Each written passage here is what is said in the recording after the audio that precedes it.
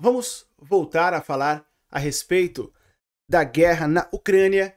Parece que a Europa está indo para um lado e o Donald Trump está indo para outro em relação a resolver o conflito da guerra na Ucrânia, em relação a chegar em um acordo entre Ucrânia e Rússia. Acontece que no dia de hoje, no mesmo dia em que o Trump está indo com sua equipe para a Arábia Saudita, supostamente para uma primeira reunião com o time do Vladimir Putin e parece que até mesmo com o Putin, para falar justamente da guerra na Ucrânia. Eu vi ali o lado do Putin, que é o ponto principal, né? Um dos pontos principais é justamente a não entrada da Ucrânia na OTAN.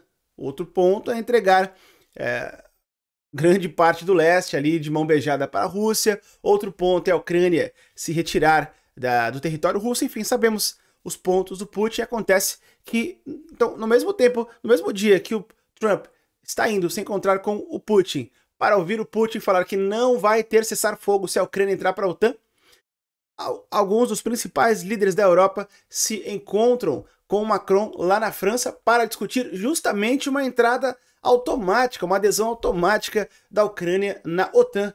Como eu disse, parece que a Europa está indo para um lado e o Laranjão está indo para outro na tentativa de um cessar-fogo na Ucrânia. Como eu disse, parece que o Trump está muito mais naquela sede de querer ser o cara que resolveu de qualquer forma do que resolver no melhor para a Ucrânia, né? Uma coisa é resolver a guerra de qualquer maneira, né?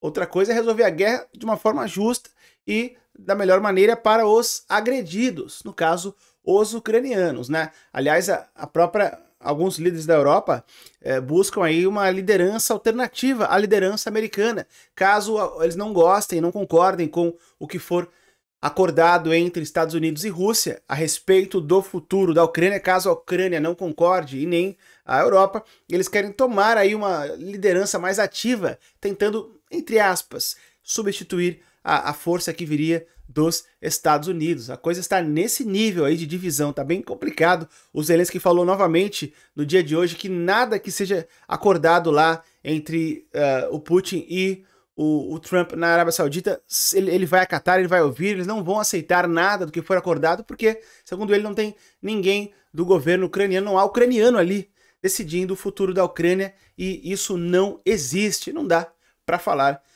que o Zelensky está errado, né? Eu tenho aqui uma nota, um pouco mais de detalhes. Quero só antes pedir para você, por favor, deixar o like nesse vídeo, se inscrever nesse canal se você ainda não for inscrito, todo aquele nosso apoio já combinado, né? Ó, o presidente francês, o Emmanuel Macron, está organizando uma cúpula de Paris, das potências europeias, no dia 17, perdão, dia de hoje, 17 de fevereiro, é isso?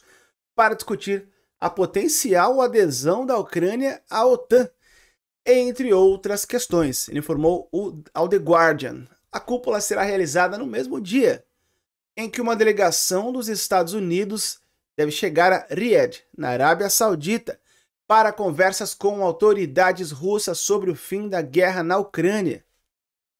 Macron está planejando convocar líderes europeus para exigir que os Estados Unidos parem de bloquear a Europa e Kiev do processo de negociação, informou o The Guardian. Como eu disse, o Trump está meio que atropelando tudo, ele chegou agora atropelando tudo, está mais parecendo que ele está preocupado em ser o cara que resolveu, dane-se de que jeito, do que resolver para os agredidos, do que resolver de uma maneira justa, né?